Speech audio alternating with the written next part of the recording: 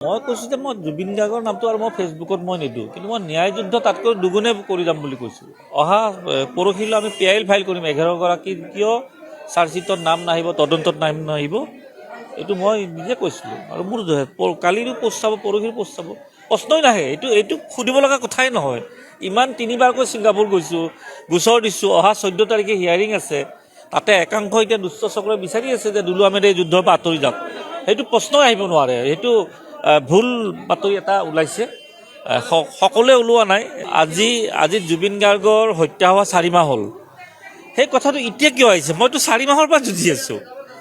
মইতো কোনো পৰিয়ালৰ সহায় বিচৰা নাই, বিচাৰিছোঁ নেকি? অহা 14 তাৰিখে ছিংগাপুৰত হিয়াৰিং আছে, আদালতত আছে। মই যদি মিছা ক'লোঁ, ইমান টাইম চৰকাৰৰ মোক SIT এৰিলে হয় নেকি? মই কৰা গোচৰ আৰু যিটো ছিংগাপুৰ পুলিচে প্ৰথমৰ পৰাই কৰি আছিলে, অহা 14 তাৰিখে যেনেকুৱা আমাৰ অসমৰ আদালতত আৰম্ভ হৈছে, ছিংগাপুৰৰ আদালতৰো অহা 14 তাৰিখে প্ৰথম শুনানি হ'ব। আৰু মই কোনো পৰিয়ালৰ সহায় বিচৰা নাই। আৰু কোনোবাই কৈছে মই পৰিয়ালক আক্ৰমণ কৰিছোঁ। মই কি আক্ৰমণ কৰিব লগা আছে? মই উপদেশ দিছিলোঁ যে যদি ছিংগাপুৰৰ গোচৰটোত আপোনালোকে সোমাব বিচাৰে, পৰিয়ালৰ লোক নোযোৱাকৈ ইয়াৰ পৰা সোমাব পাৰে। তেখেতসকলে শুনা নাই, ভাল কথা। চৰকাৰক প্ৰশংসা কৰিছে, ৰাইজে বেয়া পাইছে। যিখন চৰকাৰৰ বিৰুদ্ধে আমি ন্যায় বিচাৰি আছোঁ, সেই চৰকাৰখনক যদি পৰিয়ালৰ লোকে প্ৰশংসা কৰে, ৰাইজে বেয়া পাইছে। আৰু মই ৰাইজৰ বেয়া পোৱা কথাখিনি মই মুখেৰে কৈছোঁ, তাততো একো ভুল কৰা নাই। আকৌ কওঁ, এই যুদ্ধ শেষ মুহূৰ্তলৈ চলিব। ছিংগাপুৰত জাহাজত থকা 5গৰাকী যেনেকৈ জেলত আছে, সেই 11গৰাকী এটা নহয় এটা দিন অসমত আহিবই লাগিব, গ্ৰেপ্তাৰ হ'বই লাগিব। এইটো মোৰ দাবী নহয়, অসমৰ ৰাইজৰ দাবী। এইবিলাক চাওক, অসমৰ গোচৰ কি চলি আছে, মই কোন অধিবক্তা আছে, মোৰ কোনো ইচ্ছাই নাই এইবিলাকত জানিবৰ কাৰণে।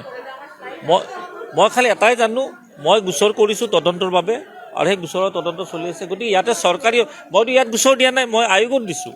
ন্যায়াধীশৰ যিটো আয়োগ আছে, তাত মই শপতনামা যোগে জনাইছোঁ একেটাই কথা, 11টা শাস্তি পাব লাগিব, যিখন চৰকাৰে গঠন কৰি দিছে।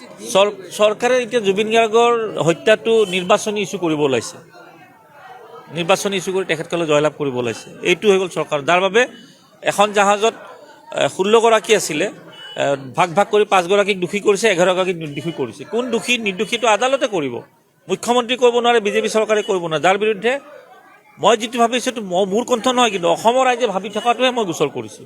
মইতো উচ্চ ন্যায়ালয়তো গোচৰ কৰিছিলোঁ শ্যামকানু মহন্তৰ বিৰুদ্ধে। কোনে কি কৰি আছে, মই ক'লোঁ ন, মোৰ ইচ্ছাই নাই। মই কি কৰিছোঁ আপোনালোকে দেখি আছে। মই সদায় মোৰ ছ'চিয়েল মিডিয়াত আপলোড দি আছোঁ। কোনোবাই ভুল ব্যাখ্যা কৰিছে, দুলু আহমেদ বোলে আঁতৰি গ'ল, আঁতৰাৰ প্ৰশ্নই নাহে। বহুত আছে। মই ক'লোঁ ন, 14 তাৰিখৰ পিছত মই কিছুমানৰ নামো ক'ম। জুবিনৰ হত্যাক লৈ কোনে ব্যৱসায় কৰিছে, মানে হত্যাৰ পিছত কোনে ব্যৱসায় কৰিছে, কোনে টকা ইনকাম কৰিছে, কোনে চৰকাৰৰ গোলামী কৰিছে, কোনে বিজেপিৰ গোলামী কৰিছে, 14 তাৰিখৰ পিছত ক'ম। মই কেৱল 14লৈ ৰখি আছোঁ।